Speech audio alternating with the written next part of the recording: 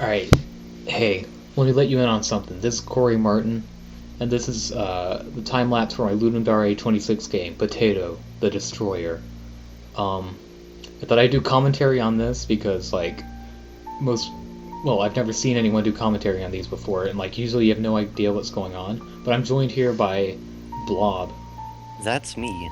And right by him is Justin. Hello. Blob was also in Ludum Dare 26. He made, what'd you make? What did I make? I made Terrible Magical Artist. He made Terrible Magical Artist. I also made a time-lapse, but it was also very boring, and I didn't want to commentate over it, so, yeah. But right now I'm doing the jumping behavior. That's my first time ever making a jumping behavior, and I think it turned out okay. Of course, I've done, like, platformers and stuff before with jumping, but I didn't make the jumping behavior in those instances. But, yeah. So, you know, this here's a time lapse, and right now I'm making the door behavior. Something interesting about these doors, like, if you're off center in the doors and you try to enter it, then I have the potato guy walk to the center of the door and just automatically. And I actually got that from playing Fez. That's what Gomez does in Fez. I thought that was pretty cool. High-level polish. So, like, right here I'm actually making the desert theme. And if you've played the game, you're like, what desert? There is no desert. There was going to be a desert, but I had to cut it out due to time constraints. Who knew that making a game in 2 days was really hard? I don't think anyone did, really. Like, I really underestimated how short it was. And I actually overestimated a bit, or perhaps I overestimated how long it would take my project to be made. But this isn't about my project. No. No. You can talk about your project if you want. Oh, I don't need to. Let's see, you're making sound effects here or something? Right now I'm making... Well, now I don't know. This is going way too fast. Oh my god. Okay. My rock was all over the place in the beginning. This is... Oh yeah, this is a title theme I just randomly made. Like, I was just playing around on the keyboard and I thought something sounded cool, so I just put it in the game and use it as a title theme. Right there, those weird-looking guys that look like bolts or nuts or something. Those were not in the final game either. They would jump up, and then every time they landed, they'd shoot. They were pretty tough, and I was gonna put them in the desert area. I guess those were reference images right there. I was watching... Every time I watch a video in this time-lapse, it's when I'm eating. Because what else am I gonna do? I can't work while eating. Well, I'm sure I could, but then I'd eat slower. So... Yeah, and you saw, like, if you saw, like, really quickly it flashed, there was, like, a desert area. I was using, as a test area for going between, like, the doors. Going in a door and coming out another place, basically. And I haven't actually started on the level design. Still just test levels and stuff.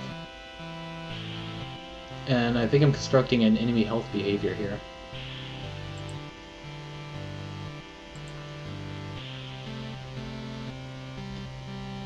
This really does go fast. Like, it took a screenshot every 10 seconds and then compiled it into a video. And right there I'm working on the outdoors theme, the general theme that plays throughout the game. It's called No Time for Dandelions. Because I made a Vine video where I went in front of a dandelion and I threw a fucking ball at it. Rock's a big fan of Vine. I'm a big fan of destroying dandelions. And you can see there I'm spriting clouds which weren't in the game either. I thought they looked stupid. They looked like Minecraft clouds. It's always hard to cut content. At least if you really like it. I didn't like it. I finished the background, I just didn't use it. When I put it in the game, I just, it's actually in the game file. It's just not in the game. And you can see there I'm spriting some cactuses and stuff. And a tree, actually. I like that tree. That's my first time ever successfully spriting a decent-sized growing tree. Watching some Reason TV there. Good old libertarian journalism. Digest, yeah. Oh, this is actually the first level here that I'm starting. The enemy character has been said to look like a carrot. Yeah, someone said that the potato with a spud on his head, or whatever the green thing is. I fell asleep here. Was a carrot. I don't know why. Carrots are orange and they're pointy. That's the only characteristic it shares with a carrot is it has a green thing on its head. Well, I thought it was a carrot at first, too. You're retarded. I sprited a lot of rocks for this game. They're pretty easy to sprite. This is the second area here. The leftmost part of the second area, I think, is the best looking place in the game. So I use that in my Ludum Dare screenshot on the website. And I have no clue what that big clusterfuck of bricks is supposed to be. It's just kind of there.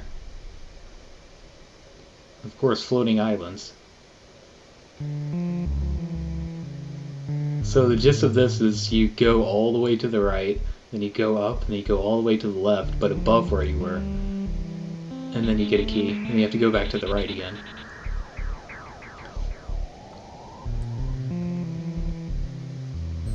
I think you can actually see that I'm flying.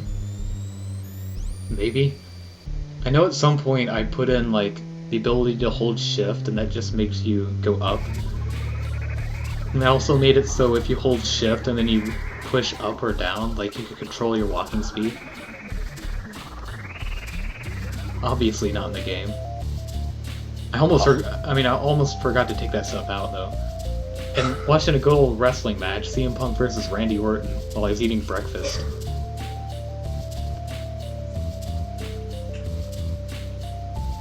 So yeah, I made this game in 2 days. I think it's, it's not the most original game, but I think it's okay. What do you think, Justin? Oh, it was fun. It was somewhat difficult and a little bit frustrating at one point because I kind of went back and forth without realizing that I was supposed to walk into the locked door after I got the key. Wait. I thought that was an up arrow, actually, the door. You thought the door was an up arrow? Yeah, like it was Oh. pointing you to go up. Oh crap. That's not good. The boss took me like 50 tries, but I beat him eventually. Yeah, I'm making a moving platform here, and I just posted a Vine video of the thing rotating. Because it just started rotating for some reason, I don't know why. I thought the game was actually pretty refreshing in the context of Ludum Dare, as it's pronounced. Yeah. Okay. Because... Oh, what were you going to say? No, go on. Oh, because even though it's like a pretty common type of game to make, there weren't that many games that had like, an adventurous, level-ish kind of setup going on. Yeah. It's surprisingly hard to find good games in Ludum Dare. I guess like people don't have a lot of time to invest or something. But like I don't have obligations or anything, so I just worked on this non-stop. And also like Stencil makes it easy, I think. Oh, that's why I derped around the canvas. And then I'm playing Blob's game there. Beautiful. And then I'm watching Blob play my game. This was actually before the boss was created in the title screen. Then I start the title screen because he convinces... Like at this point, before I started talking to Blob today, or that day, I wasn't planning on submitting to Ludum Dare because like there's so much stuff I wanted to put in and I wanted to make the game better all around. But he convinced me to do it anyway, just throw in a boss at the last minute. And it worked out for the best, I think. Actually, We'll never know. I actually sprited left and right facing for the boss, but that's not used either. I don't know what he's gonna do. But yeah. There's the boss with his 2 animations, one for landing and about to jump, and one for, like, just neutral. Like, at this point, I'm freaking out because it's due by 9 o'clock, and you can see in the upper right that it's 6:30. So, I'm just making this boss and its ending sequence and this title screen in, like, such a short amount of time. It was nerve-wracking. And I felt like shit at the end. And, oh yeah, I have to compose the boss scene here. Which of course is kind of repetitive because I was in a hurry. But not to mention it's hard to beat the boss, even for me. So I had to keep trying him over and over again. And at some point I just I beat him once, and then on the final playthrough I just give myself rapid fire. And then there, the game's done, I'm posting it up on Ludum Dare. Round of applause, done and done. There you go. Alright, thanks for watching. Heartfelt experience.